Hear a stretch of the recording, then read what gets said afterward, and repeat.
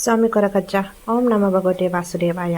ನಿಮ್ಮ ವ್ಯಕ್ತಿಯ ಮನಸ್ಸಿನಲ್ಲಿ ಏನುಂಟು, ಈ ಸಂಬಂಧದಲ್ಲಿ ಏನಾಗ್ತಾ ಉಂಟು, ಇನ್ನರ್ ಹಾರ್ಟ್ ಫೀಲಿಂಗ್ಸ್ ಏನು ಅವರದ್ದು ನೋಡುವ. ಪ್ರಾರ್ಥನೆ ಮಾಡಿ ನಿಮ್ಮ ಹುಡುಗ ಅಥವಾ ಹುಡುಗಿಯನ್ನು, ನಿಮ್ಮ ಪರ್ಸನನ್ನು ನೆನಪು ಮಾಡಿಕೊಂಡು. ಇದು ಜನರಲ್ ರೀಡಿಂಗ್ ಆಗಿರುತ್ತೆ. ಪರ್ಸ್ನಲ್ ರೀಡಿಂಗ್ ಬೇಕು ಅಂದರೆ ಕಮೆಂಟಲ್ಲಿ ಹೇಳಿ. ಪರ್ಸ್ನಲ್ ರೀಡಿಂಗಿಗೆ ನೀವು ಅಮೌಂಟ್ ಪೇ ಮಾಡಬೇಕಾಗುತ್ತೆ, ಅದು ನಿಮ್ಮದೇ ರೀಡಿಂಗ್ ಆಗಿರುತ್ತೆ. ಇದು ಜನರಲ್ ರೀಡಿಂಗ್. ಇಲ್ಲಿ ನಿಮಗೆ ಎಲ್ಲನೂ ಅನ್ವಯ ಆಗಬೇಕು ಅಂತ ಇಲ್ಲ, ಯಾವುದು ಅನ್ವಯ ಆಯಿತು ಅದನ್ನು ಮಾತ್ರ ಕನ್ಸಿಡರ್ ಮಾಡಿ. ಪರ್ಸ್ನಲ್ ರೀಡಿಂಗಲ್ಲಿ ನಾನು ರೀಡಿಂಗ್ ಮಾಡಿಬಿಟ್ಟು ನಿಮಗೆ ಪರಿಹಾರ ಕೂಡ ಹೇಳ್ತೇನೆ. ಬೇಕು ಅಂದರೆ ಕಮೆಂಟಲ್ಲಿ ಹೇಳಿ. ಹಾಗೆಯೇ ಪ್ರೀತಿಯನ್ನು ಆಕರ್ಷಣೆ ಮಾಡಲಿಕ್ಕೆ ರೋಸ್ ಕ್ರಾಸ್ ಅನ್ನೋ ಒಂದು ಬ್ರಾಸ್ಲೈಟ್ ಸಿಗುತ್ತೆ.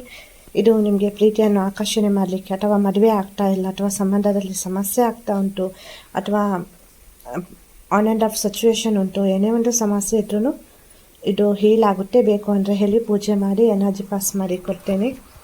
ಇದು ಜನರಲ್ ರೀಡಿಂಗ್. ಪ್ರಾರ್ಥನೆ ಮಾಡಿಕೊಳ್ಳಿ. ನಿಮ್ಮ ವ್ಯಕ್ತಿಯ ಹೆಸರನ್ನು 5 ಸಲ ಹೇಳಿಬಿಟ್ಟು ಪ್ರಾರ್ಥನೆ ಮಾಡಿಕೊಳ್ಳಿ. ಇಲ್ಲಿ ಸಂಬಂಧದಲ್ಲಿ ಏನಾಗ್ತಾ ಉಂಟು ಅನ್ನೋದೇ ಗೊತ್ತಾಗ್ತಾ ಇಲ್ಲ, ನಿಮಗೆ ಕ್ಲಾರಿಟಿ ಇಲ್ಲ. ನಿಮ್ಮ ವ್ಯಕ್ತಿ ಕೂಡ ನಿಮಗೆ ಕ್ಲಾರಿಟಿ ಕೊಡ್ತಾ ಇಲ್ಲ. ಅದು ನಿಮ್ಮ ಹುಡುಗ ಅಥವಾ ಹುಡುಗಿ ಇರ್ಬೋದು. ಸೊ ಇಲ್ಲಿ ಸ್ಟಕ್ ಎನರ್ಜೀಸ್ ಉಂಟು, ನೋವುಂಟು, ದುಃಖ ಉಂಟು. ಏನಂದರೆ ನಿಮ್ಮ ಮಾತು ಅವ್ರು ಕೇಳಲಿಕ್ಕೆ ರೆಡಿ ಇಲ್ಲ, ಅವರ ಮಾತನ್ನೇ ನೀವು ಕೇಳಬೇಕು ಅನ್ನುವ ಒಂದು ಫೀಲಿಂಗ್ ಅವರಲ್ಲಿ ಉಂಟು. ಇಲ್ಲಿ ಕೆಲವರು ಮ್ಯಾರೇಜ್ ಆದವರು ಕೂಡ ರಿಲೇಷನ್ಶಿಪ್ಪಲ್ಲಿ ಇದ್ದೀರಾ. ಇಲ್ಲಿ ಏನಾಗ್ತಾ ಉಂಟು ಅಂದರೆ, ಒಮ್ಮೆ ಇದ್ದ ಥರ ಇನ್ನೊಮ್ಮೆ ಸಿಚುವೇಶನ್ಗಳು ಇರಲ್ಲ. ಕೆಲವರಿಲ್ಲಿ ಮದುವೆಗೋಸ್ಕರ ವೆಯ್ಟ್ ಮಾಡ್ತಾ ಇದ್ದೀರಾ, ನಿಮ್ಮ ಹುಡುಗ ಅಥವಾ ಹುಡುಗಿ ಜೊತೆ ಯಾವಾಗ ಮದುವೆ ಆಗೋದು. ಸೊ ಇಲ್ಲಿ ನೀವು ಒಂದು ರಿಸ್ಕ್ ತಗೊಳ್ತಾ ಇಲ್ಲ, ಅಥವಾ ನೀವು ಅವ್ರ ಜೊತೆ ಮಾತನಾಡಲಿಕ್ಕೆ ಒಂದು ಪ್ರಯತ್ನವನ್ನು ಮಾಡ್ತಾ ಇಲ್ಲ. ಅಂದರೆ ನಿಮ್ಮ ಹುಡುಗನ ಜೊತೆ ಇರ್ಬೋದು, ಹುಡುಗಿ ಜೊತೆ ಇರ್ಬೋದು, ಕರೆಕ್ಟಾಗಿ ಮಾತನಾಡಿದ್ರೂ ಸಮಸ್ಯೆ ಸರಿ ಹೋಗುತ್ತೆ ನಿಮ್ಮ ಮ್ಯಾರೇಜ್ ರಿಲೇಟೆಡ್.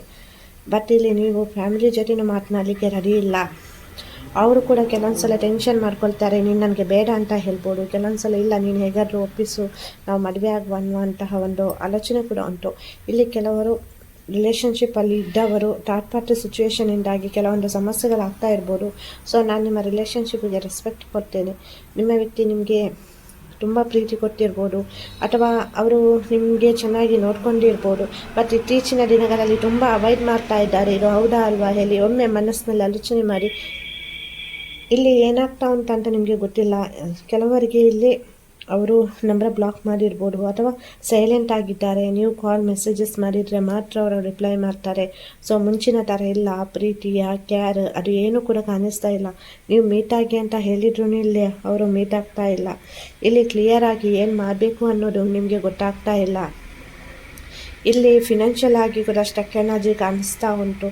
ಕೆಲವೊಂದು ಕಡೆ ನಿಮಗೆ ಮನೆಯಲ್ಲಿ ಕೂಡ, ಅಥವಾ ನೀವು ವರ್ಕ್ ಮಾಡುವಂತಹ ಪ್ಲೇಸಸ್ಸಲ್ಲಿ ಕೂಡ ಸಮಸ್ಯೆ ಆಗ್ತಾ ಉಂಟು. ತುಂಬ ಇರಿಟೇಷನ್ ಆಗ್ತಾ ಉಂಟು. ನೀವು ಹುಡುಗಿ ಇರ್ಬೋದು ಅಥವಾ ಹುಡುಗ ಇರ್ಬೋದು. ಸೊ ಈ ಭಾವನಾತ್ಮಕವಾದಂತಹ ಕೆಲವೊಂದು ಪರೀಕ್ಷೆಗಳನ್ನು ನೀವು ಎದುರಿಸ್ತಾ ಇದ್ದೀರಾ. ಕೆಲವೊಂದು ಸಿಚುವೇಶನ್ಗಳಲ್ಲಿ ಏನೂ ಬೇಡ, ನನಗೆ ನಾನು ಒಬ್ಬಂಟಿ ಆಗಿರ್ತೇನೆ ಅನ್ನುವಂತಹ ಒಂದು ಆಲೋಚನೆ ಕೂಡ ಬರುತ್ತೆ. ಬಟ್ ಸ್ವಲ್ಪ ಸಮಯದಲ್ಲಿ ಎಲ್ಲನೂ ಸರಿ ಹೋಗುತ್ತೆ, ಪಾಸಿಟಿವ್ ಆಗಿರುವಂತಹ ಒಂದು ಮನಸ್ಥಿತಿ ಕೂಡ ಬರುತ್ತೆ. ಇಲ್ಲಿ ನೀವು ಈ ಸಿಚುವೇಷನಲ್ಲಿ ತುಂಬ ತಾಳ್ಮೆಯಿಂದ ಇರಬೇಕು. ರ್ಯಾಶ್ ಆಗಿ ಹೋಗಿದ್ರೆ, ಅಥವಾ ಒಂದು ರೀತಿಯಲ್ಲಿ ಇಷ್ಟೇ ಟೈಮ್ನಲ್ಲಿ ಎಲ್ಲನೂ ಸರಿ ಹೋಗಬೇಕು ಅಂತ ನೀವು ಪ್ರೆಷರ್ ಹಾಕಿದ್ರೆ ಯಾವುದೂ ಕೂಡ ಸರಿಯಾಗಲ್ಲ. ಇಲ್ಲಿ ನೀವು ಎಷ್ಟು ತಾಳ್ಮೆಯಿಂದ ಇರ್ತೀರಾ, ಅಷ್ಟು ಬೇಗ ಇದು ರಿಲೇಷನ್ಶಿಪ್ಪಲ್ಲಿ ಬಂದಂತಹ ಸಮಸ್ಯೆ ದೂರ ಆಗುತ್ತೆ. ಇಲ್ಲಿ ಕೆಲವರು ನಾನೇನು ತಪ್ಪು ಮಾಡಿದ್ನ ಇಲ್ಲಿ ರಿಲೇಷನ್ಶಿಪ್ಪಲ್ಲಿ, ಅಥವಾ ಈ ಒಂದು ನೋವು ದುಃಖ ನನಗೇನೆ ಏನಕ್ಕೆ, ನಾನೇನು ತಪ್ಪು ಮಾಡಿದ್ದೇನೆ. ಸೊ ಇಲ್ಲಿ ಕೆಲವರಿಗೆ ಫಿನಾನ್ಷಿಯಲ್ ಆಗಿ ಕೂಡ ಮೋಸ ಆಗಿದೆ. ಕೆಲವರಿಗೆ ಇಲ್ಲಿ ವರ್ಕ್ ಮಾಡಲಿಕ್ಕೂ ಆಗ್ತಾ ಇಲ್ಲ. ಸೊ ಎಲ್ಲ ರೀತಿಯಿಂದ ನಿಮ್ಮನ್ನು ನಂಬಿಸಿ ಮೋಸ ಮಾಡಿದ ಥರ ಕೆಲವೊಂದು ಸಲ ಫೀಲ್ ಆಗುತ್ತೆ. ಎಟ್ ದಿ ಸೇಮ್ ಟೈಮ್ ಪುನಃ ಈ ಸಿಚುವೇಶನ್ ಇಂಪ್ರೂವ್ಮೆಂಟ್ ಆಗುತ್ತೆ ಅಂತ ನಿಮಗೆ ನೀವೇ ಸಮಾಧಾನ ಮಾಡ್ಕೊಳ್ತೀರಾ. ಹೌದಾ ಅಲ್ವಾ?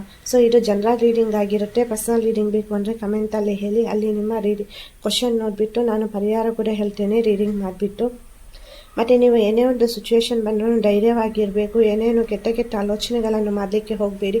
ಆದಷ್ಟು ತಾಳ್ಮೆಯಿಂದ ಇರಿ, ಪಾಸಿಟಿವ್ ಆಗಿರಿ. ವಿಡಿಯೋ ಇಷ್ಟ ಆದರೆ ಲೈಕ್ ಮಾಡಿ, ಶೇರ್ ಮಾಡಿ. ಹಾಗೆಯೇ ಸಬ್ಸ್ಕ್ರೈಬ್ ಮಾಡಿಲ್ಲ ನನ್ನ ಸಬ್ಸ್ಕ್ರೈಬ್ ಮಾಡಿ. ನನ್ನ ಆರಾಧ್ಯ ದೇವರ ಕೊರಗಜ್ಜ ಹಾಗೂ ಮಹಾವಿಷ್ಣು ಮಹಾದೇವರ ಅನುಗ್ರಹ ಸದಾ ನಿಮ್ಮ ಮೇಲೆ ಇರಲಿ ಅಂತ ಪ್ರಾರ್ಥಿಸ್ತೇನೆ. ವಿಡಿಯೋ ನೋಡಿದ್ದಕ್ಕಾಗಿ ಧನ್ಯವಾದಗಳು. ಖುಷಿಯಾಗಿರಿ.